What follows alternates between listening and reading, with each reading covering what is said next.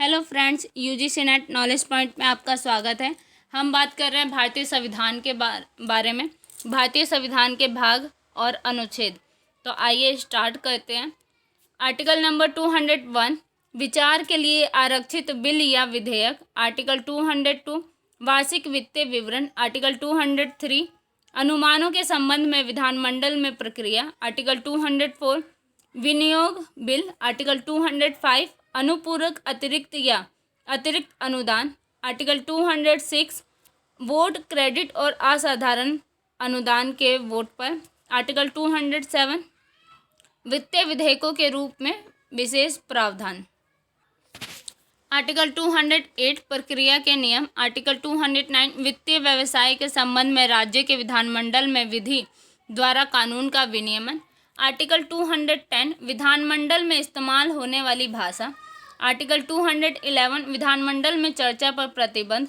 Article 212 न्यायालयों और विधानमंडल की कार्यवाही में पूछताछ नहीं करनी है। आर्टिकल 213 विधानमंडल के अवकाश के दौरान अध्यादेशों को लागू करने के लिए राज्यपाल की शक्ति। उच्च न्यायालय, उच्च न्यायालय के बारे में जानेंगे। ये भाग है उच्च न्यायालय। आर्टिकल 214 राज्यों के लिए उच्च न्यायालय। आर्टिकल 215 उच्च न्यायालय रिकॉर्ड न्यायालय होना। आर्टिकल 216 उच्च न्यायालयों का गठन। आर्टिकल 217 एक उच्च न्यायालय के न्यायाधीश के कार्यालय की नियुक्ति और उसके पद की शर्तें। आर्टिकल 218 उच्च न्यायालयों के लिए सर्वोच्च न्यायालय से संबंधित कुछ प्रावधानों को लागू होना। आर्टिकल 219 उच्च न्यायालयों के न्यायाधीशों द्वारा शपथ या पुष्टि। आर्टिकल 220 स्थायी जज बनने के बाद वकालत पर प्रतिबद्ध, यानी अगर आप जज बन जाते हैं तो वकालत नहीं कर सकते हैं, उसके लिए रोक है। आर्टिकल 221 न्यायाधीशों के वेतन। आर्टिकल 222 एक न्यायाधीश का एक उच्च न्यायालय से दूसरे में स्थानांतरण। आर्टिकल 223 कार्यवाहक मुख्य न्यायाधीश की नियुक्ति। आर्टिकल 224 अतिरिक्त और कार्यकारी न्यायाधीशों की नियुक्ति। आर्टिकल 224 ए उच्च न्यायालयों की बैठकों में सेवानिवृत्त न्यायाधीशों की नियुक्ति। आर्टिकल 225 उच्च न्यायालयों के अधिकार क्षेत्र। आर्टिकल 226 उच्च न्यायालयों की शक्ति कुछ रीट जारी करने के लिए। आर्टिकल 226 ए अनुच्छेद 226 के तहत कार्यवाही में केंद्रीय कानूनों की संवैधानिक वैधता पर विचार नहीं किया जाएगा, निरसित यानी इसे निकाल दिया गया है। आर्टिकल 227 उच्च न्यायालय द्वारा सभी न्यायालयों पर अधीक्षण की शक्ति। आर्टिकल 228 कुछ मामलों का उच्च न्यायालय में स्थानांतरण। आर्टिकल 228 ए राज्य के कानूनों की संवैधानिक वैधता से संबंधित प्रश्नों के निपटान के लिए विशेष प्रावधान निरसित निकाल दिया गया है। आर्टिकल 229 अधिकारी और नौकर और उच्च न्यायालयों का खर्च। आर्टिकल 230 केंद्र शासित प्रदेशों में उच्च न्यायालयों के अधिकार क्षेत्र का विस्तार। आर्टिकल 231 दो से अधिक राज्यों के लिए एक सामान्य उच्च न्यायालय की स्थापना। आर्टिकल 232 इंटरप्रेशन यानी व्याख्या, ये निरसित निकाल दिया गया है इसे। अधीनस्थ न्यायालय। आर्टिकल 233 कार्यवाहक मुख्य न्यायाधीश की नियुक्ति। आर्टिकल 233 ए अतिरिक्त और कार्यकारी न्यायाधीशों की नियुक्ति। आर्टिकल 234 उच्च न्यायालयों की बैठकों में सेवानिवृत्त न्यायाधीशों की नियुक्ति। आर्टिकल 235 उच्च न्यायालयों के अधिकार क्षेत्र। आर्टिकल 236 व्याख्या या पाठ। आर्टिकल 237 कुछ पैराग्य वर्गों के मजिस्ट्रेट पर इस अध्याय के उपबंधों का लागू होना। पहली अनुसूची के भाग बी में राज्य निरसित से भी निकाल दिया है जो ये भाग है। आर्टिकल 238 पहली अनुसूची के भाग बी में राज्यों को भाग 4 के प्रावधानों का अवलोकन, निरसित इसे निकाल दिया है।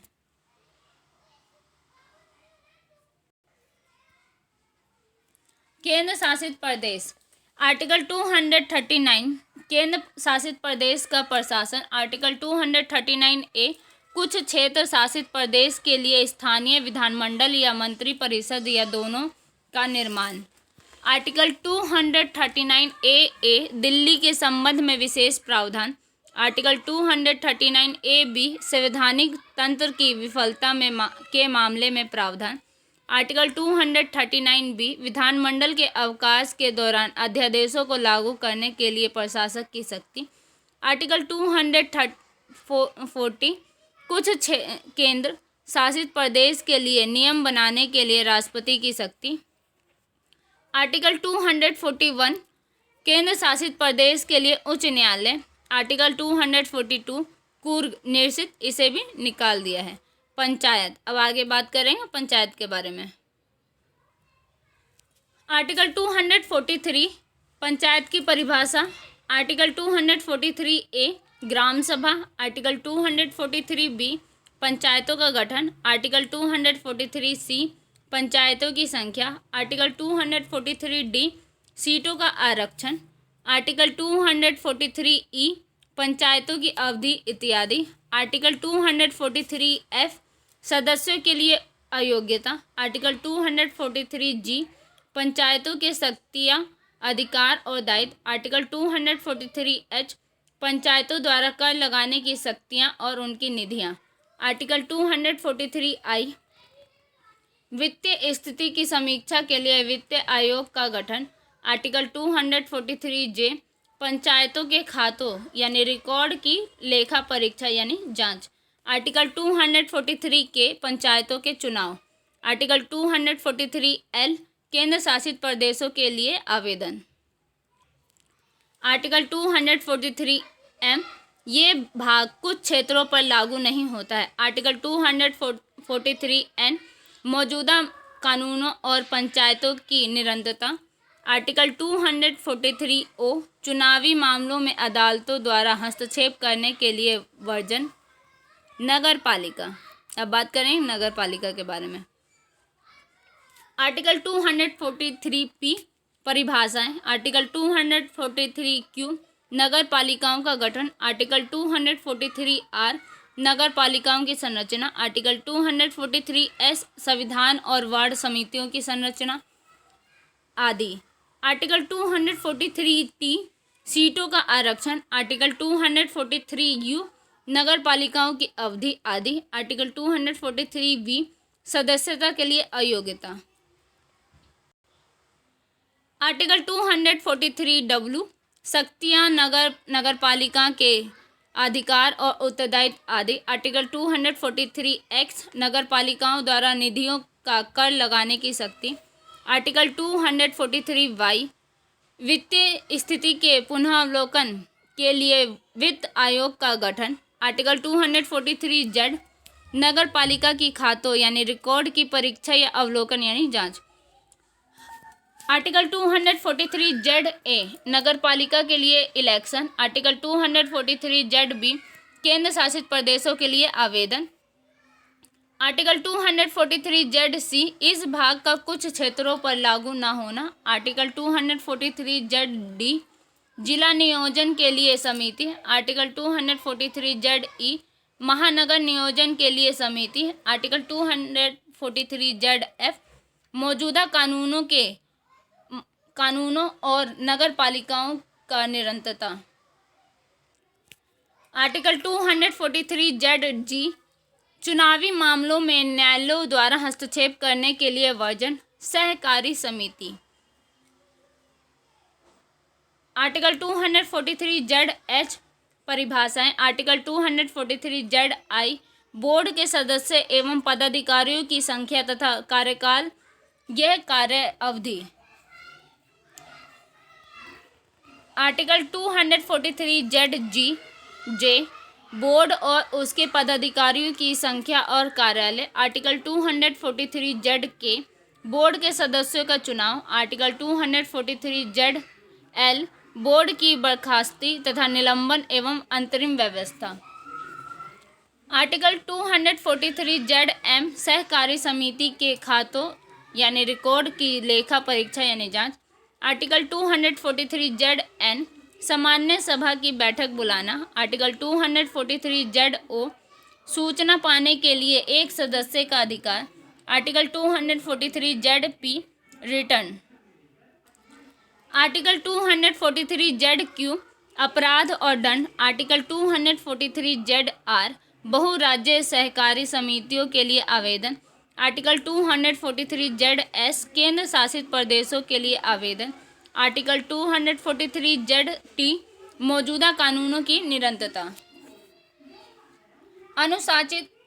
अनुसूचित और आदिवासी क्षेत्र। आर्टिकल 244 अनुसूचित क्षेत्र और जनजातीय क्षेत्रों का प्रशासन। आर्टिकल 244A एक स्वायत्त राज्य का गठन जिसमें असम में कुछ आदिवासी क्षेत्र शामिल हैं और स्थानीय विधानमंडल या मंत्रिपरिषद या उसके बाद दोनों का निर्माण। केंद्र राज्य विधायी संबंध। आर्टिकल 245 संसद और राज्यों के विधानमंडलों द्वारा बनाए गए कानूनों विधियों का विस्तार। आर्टिकल 246 संसद और राज्य के विधानमंडलों द्वारा बनाए गए कानूनों का विषय यानी टॉपिक। आर्टिकल 246A माल और सेवा कर के संबंध में विशेष प्रावधान। आर्टिकल 247 कुछ अतिरिक्त न्यायालयों स्थापना के लिए संसद की शक्ति। आर्टिकल 248 कानून के अवशिष्ट शक्तियाँ। आर्टिकल 249 संसद की शक्ति राष्ट्रीय हित में राज्य सूची में एक मामले के संबंध में कानून बनाना।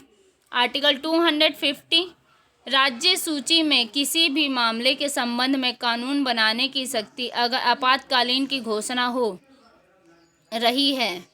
आर्टिकल 251 अनुच्छेद 249 और 50 के तहत संसद द्वारा बनाए गए कानूनों और राज्यों के विधानमंडल द्वारा बनाए गए कानूनों के बीच असंगतता। आर्टिकल 252 दो या दो से अधिक राज्यों के लिए उनकी सहमति से विधि बनाने की संसद की शक्ति और ऐसी विधि का किसी अन्य राज्य द्वारा अंगीकार किया जाना। आर्टिकल 253 अंतर्राष्ट्रीय समझौते को प्रभाव देने के लिए विधान। आर्टिकल 254 संसद द्वारा बनाए गए कानूनों और राज्यों के विधानमंडलों द्वारा बनाए गए कानूनों के बीच असंगतता।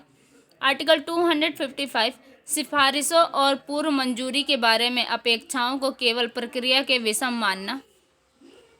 केंद्र राज्य प्रशासनिक संबंध। आर्टिकल 256 राज्यों और संघ की बाध्यता। आर्टिकल 257 कुछ मामलों में राज्यों पर संघ का नियंत्रण।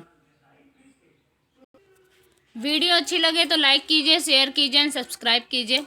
आर्टिकल 257A सशक्त बलों या संघ के अन्य बलों की तैनाती द्वारा राज्यों को सहायता निश्चित इसे निकाल दिया गया है। आर्टिकल 258 कुछ मामलों में राज्यों को शक्तियों को प्रदान करने के लिए संघ की शक्ति। आर्टिकल 258A राज्यों की संघ को कार्य सौंपने की शक्ति। आर्टिकल 259 पहली अनुसूची के भाग बी में राज्यों में सशक्त बल निश्चित इसे भी निकाल दिया है। आर्टिकल 260 भारत के बाहर के क्षेत्रों के संबंध में संघ का अधिकार क्षेत्र।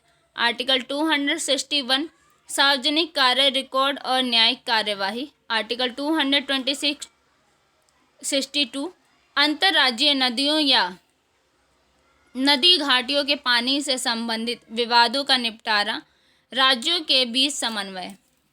आर्टिकल 263 अंतर्राज्य परिषद के संबंध में प्रावधान। केंद्र राज्य वित्तीय संबंध। आर्टिकल 264 व्याख्या। आर्टिकल 265 कानून के प्राधिकार द्वारा कर नहीं लगाया जाना चाहिए।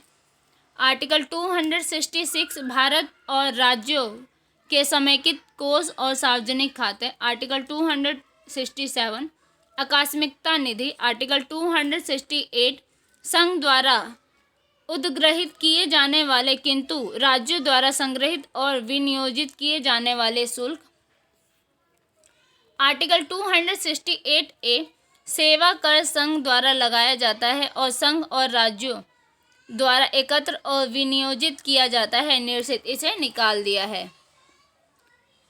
आर्टिकल 269 कर जो संघ द्वारा वसूल किए गए और एकत्र किए गए लेकिन राज्यों को सौंपा गया। आर्टिकल 269 ए अंतर्राज्यीय व्यापार या वाणिज्य के दौरान माल और सेवा कर का संग्रह। आर्टिकल 270 संघ और राज्यों के बीच कर लगाए गए और आपस में बांटे गए कर। आर्टिकल 271 संघ के प्रयोजनों के लिए कुछ शुल्क और करों पर अधिभार। आर्टिकल 272 जो कर लगाए जाते हैं और संघ के प्रयोजनों के लिए करों को संघ और राज्यों के बीच वितरित किया जा सकता है, निश्चित निकाल दिया है इस आर्टिकल को। आर्टिकल 273 जूट और जूट उत्पादों पर निर्यात शुल्क के बदले अनुदान। आर्टिकल 274 ऐसे कराधान पर जिसमें राज्य हितबद्ध है प्रभाव डालने वाले विधायकों के लिए राष्ट्रपति की पूर्व सिफारिश की अपेक्षा। आर्टिकल 275 संघ से कुछ राज्यों के अनुदान। आर्टिकल 276 व्यवसायों, ट्रेडों यानी व्यापारों, आजीविकाओं और रोजगार पर कर। आर्टिकल 277 बचत। आर्टिकल 278 कुछ वित्तीय मामलों के संबंध में पहली अनुसूची के भाग बी में राज्यों के साथ समझौता, निश्चित इसे भी निकाल दिया है। आर्टिकल 279 शुद्ध आय आदि की गणना। आर्टिकल 279 ए माल वस्तु और सेवा कर परिषद। आर्टिकल 280 वित्त आयोग। आर्टिकल 281 वित्त आयोग की सिफारिशें। आर्टिकल 282 संघ या राज्य द्वारा अपने राजस्व से बाहर व्यय करना। आर्टिकल 283 समेकित निधि, आकस्मिक निधि और लोक लेखों में जमा धन राशियों की अभिरक्षा। आर्टिकल 284 सार्वजनिक सेवकों और न्यायालयों द्वारा प्राप्तकर्ताओं के जमा और अन्य धन की कस्टडी। आर्टिकल 285 राज्य कराधान से संघ की संपत्ति की छूट। आर्टिकल 286 माल की बिक्री या खरीद पर कर लगाने के रूप में प्रतिबद्ध। आर्टिकल 287 बिजली करों से छूट। आर्टिकल 288 कुछ मामलों में राज्यों द्वारा पानी या बिजली के संबंध में करों की छूट। आर्टिकल 289 कुछ केंद्रीय कराधान से एक राज्य की संपत्ति और आय की छूट।